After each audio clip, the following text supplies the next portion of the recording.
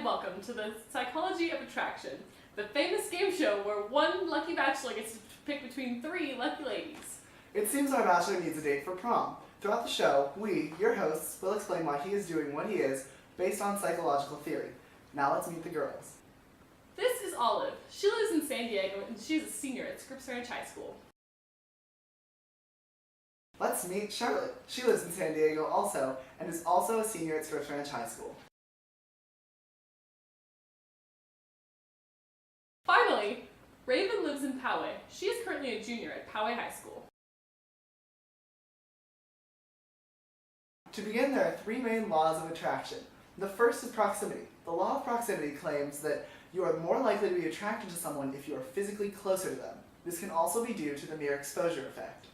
This being said, out of the three girls, Cody is more likely to be attracted to Olive and Charlotte, who live closer to him, and not Raven, who lives in another county. Also, the mere exposure effect states that the more you are, well, exposed to someone or something, the more you will begin to like it. Now we'll begin the question and answer round. Cody will ask questions and the girls will answer them. Based off these responses, Cody will decide between Olive, Charlotte, and Raven. Let the questions begin. So, Olive, for our pre-prom dinner, what would we eat? Probably super salad, nothing too filling for prom. Charlotte, you? Steak and potatoes, who can resist the classics? That's pretty cool. Raven, how about you? We could just have some sandwiches. I like mayonnaise on mine. Oh, I'm not a big fan of mayonnaise.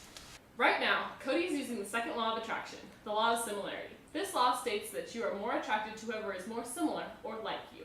Cody is more likely to pick whoever it is that has the most similar answer to what he would pick. Raven, what kind of boutonniere would you get me? Probably just whatever they have. Okay.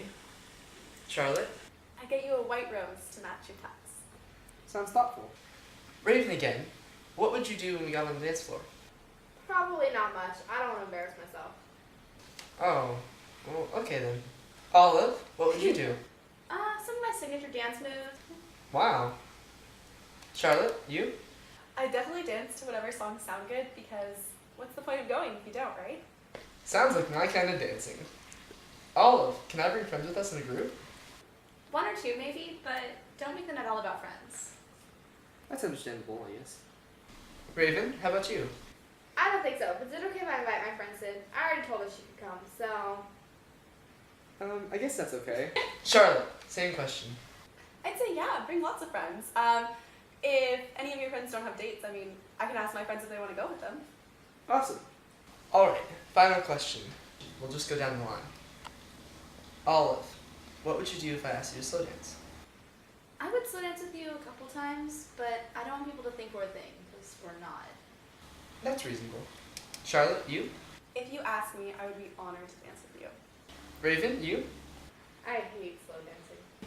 Oh, well, that's not fun. And we're back. Now, based on the similarity from the question and answer round, Cody will make the decision on who he wants to go to prom with. The law of similarity says he'll pick whoever was the most like him. Let's see who has the most similar personality and attitude. First, let's review Cody's personality and attitude. Starting with Raven, let's see who won. Oh, sorry, Raven. Not bad, Olive. Woo! Alright, let's recap. Right now, Cody picked Charlotte based off of 2 out of the 3 laws of attraction, proximity and similarity, and now physical attraction. The law of proximity made Cody choose Charlotte because she is nearest him physically. Because they're neighbors, they see each other frequently, so Cody chose Charlotte also probably due to the mere exposure effect. Cody also chose Charlotte due to the law of similarity. Because they both have so much in common, mainly their personalities and attitudes, they are more likely to be attracted to one another. Finally, the law of physical attraction states that if they find each other physically attractive, they'll be more likely to be attracted to each other, obviously. This is the final reinforcer in the attraction between Cody and Charlotte. The human eye does not just look at one part of the body or face when determining another's level of attractiveness, but many different factors. The main driving forces in human choices of what things are attractive lies in evolutionary advantage and ease of identification. Aspects of a person's body shape, face, voice, and chemical signals that would indicate that they are more fit for reproduction are often things people find most attractive. People are also inherently lazy when identifying what they find attractive in the opposite sex. Therefore, emphasize characteristics that are easily identified as female-only or male-only characteristics are also found most attractive. The idealistic body shapes for each gender is a good example of both of these concepts. Men tend to prefer women with hourglass figures, meaning women who have larger breasts and hips and small waists. Women with this body shape are ideally evolutionary fit for reproduction. Large hips allows for ease of childbirth, while large breasts allow for ease in breastfeeding. A smaller waist reveals that the woman is more healthy and therefore will probably live for a long time. For men, straighter muscular builds are preferred. Men with buff builds are easily identifiable as males, and because of this ease of identification, women tend to find them more attractive. Our contestants are all relatively similar in body shape, but Raven has slightly more of an hourglass figure than the other two. However, because physical attractiveness is only a reinforcer for personality, this attribute will not help Raven enough to make up for her less compatible personality. But attractiveness is rated more than just with the eye. A person's voice is also very important to their overall attractiveness. Males tend to prefer higher voices in females because it's an indicator that they have higher estrogen levels and will therefore have more attractive body shape and be more fit for reproduction. Females, not surprisingly, prefer deeper voices in males because it is an indicator that they had higher testosterone levels at puberty and therefore have a more masculine face and body. We measured the pitch of each of our contestants' voices. The quick brown fox jumps over the lazy dog. The quick brown fox jumps over the lazy dog. The quick brown fox jumped over the lazy dog. And it seemed that Charlotte had the highest pitched voice. This is one factor that will increase Cody's attraction to her. That concludes this episode of The Psychology of Attraction. Tune in next time for some more fun.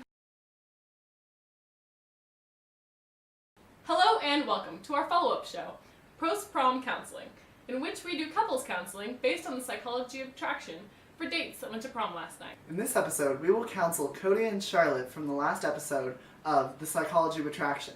Apparently, prom last night did not go as hoped, so they've come hoping for an explanation. Let's welcome them, Cody and Charlotte. Alright, tell us, how did prom go last night? Bad. Alright, sounds like we have a lot to talk about. Let's begin. What was the first problem? Last night, she showed up to my house and she'd forgotten the boutonniere. And I had the corsage and it matched her dress and everything. It just slipped my mind is all. Sorry. It sounds like you're experiencing a lack of reciprocity, Cody. Reciprocity in a relationship means there is an equal amount of give and take. If you give them something, they'll give you something. When Charlotte failed to give you a boutonniere when you had a corsage for her, you felt a lack of reciprocity. Also, I forgot my prom ticket at home, and when we got to the dance, I had to race home and get it. And as soon as I got back, she'd already gotten inside, and she was mad at me. And when I tried to ask her to dance, she just walked away from me, and I don't even understand it. This is a pretty good example of how different forms of attachment from childhood can affect relationships later in life. I know it sounds very Freudian, but it's a very well-supported theory. It sounds like Charlotte had an anxious, resistant attachment as a child, and this manifested later last night at prom. Anxious resistant attachment means that the subject, Charlotte, becomes very upset when the figure of attachment, Cody, leaves. Then, when the figure, Cody, returns, the subject, Charlotte, ignores and avoids him. Okay, I was not the only person who was a bad date last night. So, when we were dancing, Cody was so not into it, and he started to flirt with other girls. Well, it sounds like there was a lack of commitment there. Commitment means both partners in a relationship are committed solely to their partner. By flirting with other girls, Cody showed a serious lack of commitment. What I don't understand is, what went wrong? I mean, I thought yesterday that I really liked Cody, and I thought the game show proved that we had some serious attraction, but after last night, I don't think so. What went wrong? Have you ever considered that there maybe was no real attraction? It's called misattribution of arousal.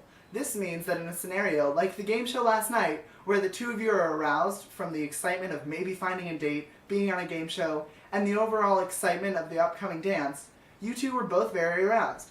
I don't mean like a sexual arousal, but just an emotional arousal.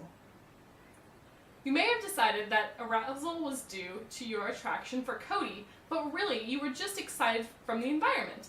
It caused a big letdown once you were no longer aroused by the game show and once you had a date. That concludes this episode of Post-Prom Counseling. Thanks for tuning in!